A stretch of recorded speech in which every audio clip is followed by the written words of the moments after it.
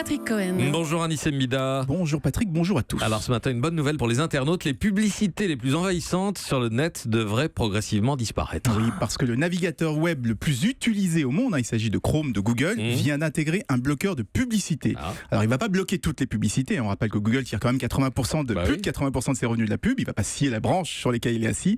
Mais son navigateur va masquer les publicités les plus insupportables. C'est-à-dire les pages qui s'ouvrent toutes seules, les affiches avec un compte à rebours, les panneaux qui couvrent plus de 30% de l'écran ou encore les vidéos qui démarrent toutes seules avec un boucan d'enfer. En fait, il s'appuie sur un code de bonne conduite qui a été mis au point par une coalition d'acteurs de la publicité en ligne et toutes les annonces qui ne respectent pas ce code seront tout simplement masquées. Et ça concerne beaucoup de publicités ? Visiblement oui, puisqu'en quelques jours, déjà plus de 40% des sites web ont vu leur site bloqué, leur publicité bloquée, parce que Google va très loin. Si une publicité est jugée intrusive et qu'elle n'est pas corrigée au bout de 30 jours, ce sont toutes les publicités de ce site qui seront mises sur liste noire, même les plus discrètes. Donc en ce moment, tout le monde fait le ménage. Ça alors, si Google tire la majorité de ses revenus de la publicité, pourquoi il veut les bloquer ? Parce qu'il vaut mieux un petit peu de pub que plus de pub du tout. Vous savez ce que font ceux qui sont les plus agacés par la pub ? Ils installent un bloqueur de publicité. Oui. Alors c'est pas un filtre comme Google, c'est un outil qui supprime carrément toutes les publicités sans aucune distinction. Et en France, ça concerne déjà 30% des internautes. 30%.